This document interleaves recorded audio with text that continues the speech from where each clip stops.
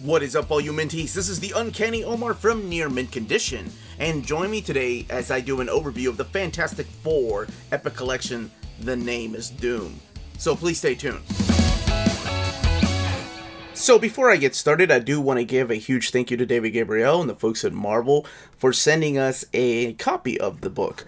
Now, this is Fantastic Four, Volume 5 of the Epic Collection. So, I always like looking at the spines when I put some of these together. So, here's Volume 5, The Name is Doom. And, of course, the other Epic Collections that, well, these are way after the Jack Kirby run. Let's go ahead and get this opened.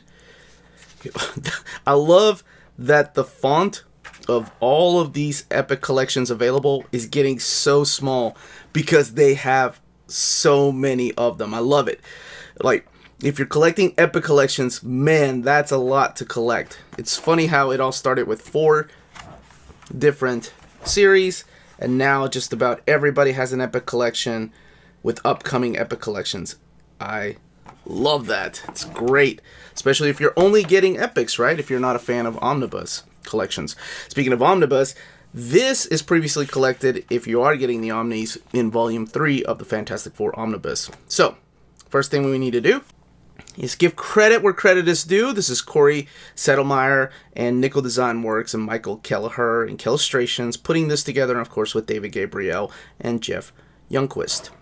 Here is the table of contents where you can find the issues. And speaking of issues, the collection in here are Fantastic Four 68 through 87. So almost done with that Stan Lee and Jack Kirby era, and I'll talk a little bit about that in a second.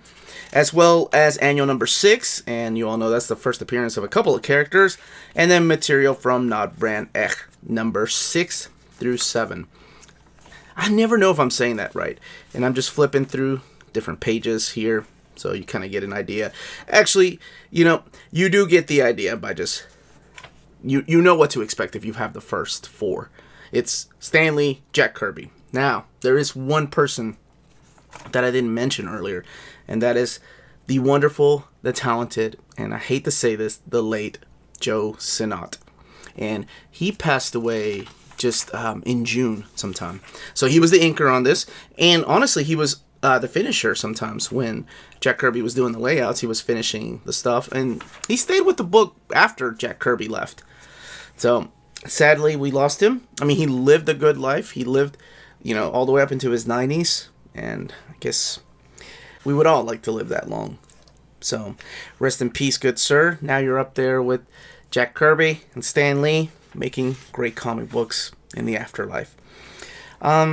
So, this particular volume has the return of some of these Fantastic Four villains, such as the Mad Thinker.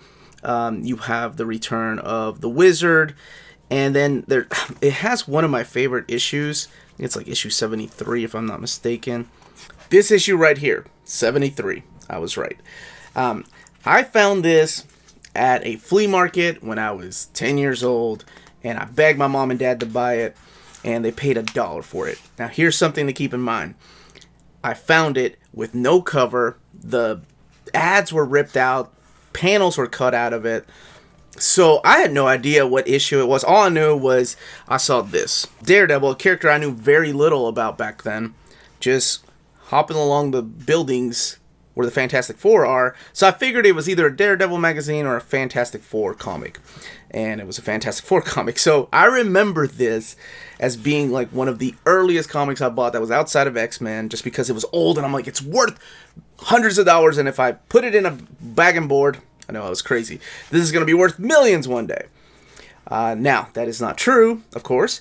I have no idea where that issue even ended up. Maybe I used it as wrapping paper, and I know that sounds blasphemous, but yeah, it's funny how my mentality changed over the years. As a 10, I'm like, I'm going to buy this. But the main reason I got it, and I remember it so fondly, is because it's your basic heroes fighting heroes. It is Thor versus Thing. It's Spider-Man versus the Human Torch. Daredevil versus Mr. Fantastic. And then at the very end, of course, the Invisible Woman comes in and fixes everything because of a misunderstanding. Love it. And you have the return of the Silver Surfer, the return of Galactus, and later on you'll have the return of the Inhumans. Now, we do need to talk about one of the most important appearances here. Oh, and this also collects by Ben Betrayed, where Ben is manipulated by a villain, that I won't say who it is, into betraying his friends, the Fantastic Four. There's also a part where he kind of becomes human again for a little while and then has a decision to make. Does he stay human? Or does he help his friends out by becoming the Thing? As a matter of fact, this is the issue I was talking about, 78 and 79. Well, if you've been paying attention, I'm sure you already know the answer to that. That's right, Wyatt makes a return too. Now, this is it. So this is an important issue for collectors, especially now because of the rumors of the MCU going to the Cosmos and Annihilus, maybe doing an Annihilation movie, being the bad guy. So this is the first appearance of Annihilus. It is also the first appearance of a baby, Franklin Richards. So Let There Be Life. And this is also when the Invisible Woman decides to take a break from the Fantastic Four. Here we go.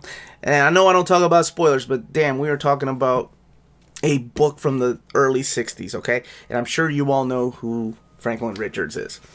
But Crystal ends up joining the team for a little while. She becomes the new member, and this is where the Inhumans come back, Black Bolt, all those characters, Maximus, and we have the return of those characters. Now, let's look at the extras in the back. Okay, well, before I do, of course, I have to show off some pages of Not Brand Ek 6 and 7. So here we go. Oh, and speaking of Fantastic Four, the amazing Amanda and I are going to be reviewing the first movie tonight, and it's live at 8 o'clock Eastern Standard Time. Not the Roger Corman movie, but the 2005 movie with Chris Evans as the Human Torch. So that's all the Not Brand Ek, and they've had a collection of that. Here we have some unused pencil art, right here by Jack Kirby. The covers, original artwork. I love when I find things like this. This is so cool. Or me, like I own it. When they find things like this and put them as extras in the book. Oh, it's great. Now, this book has 504 pages. And, oh, here's all the trade paperbacks previously released. These are the Masterworks line. And as always, the book is glued binding, of course. The retail price is $39.99. Now, what I was going to say is the next volume, Volume 6, which has already been solicited, takes us past the Omnibus. So the Omnibus all go all the way to 3. And they haven't finished out the Stan Lee and Jack Kirby run, but, you know, maybe they will one day. But for the first time, an Epic line has surpassed the Omnibus line. So this is the Fantastic Four.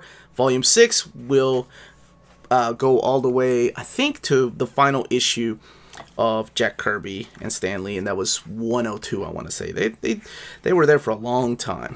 And you can pick up this epic collection from our sponsor, cheapgraphicnovels.com, your online home for brand new graphic novels and collected editions up to 50% off the cover price. Cheap Graphic Novels prides itself on packaging your books so they arrive safely and in excellent condition, as well as prompt and helpful service. And check out their bargain bin for even greater deals up to 90% off cover price. And for you Minties, Cheap Graphic Novels is running a special promotion. If you're a first-time customer, let them know you were referred by Near Mint Condition at the checkout, and you'll receive a credit for free shipping on your next order. Now, this is only for U.S. customers. Cheap Graphic Novels, your source for the hottest books with the kind of deep discounts, quality shipping, and customer service that will keep you coming back for more. Now, that was the page count, the build, and the contents of the book.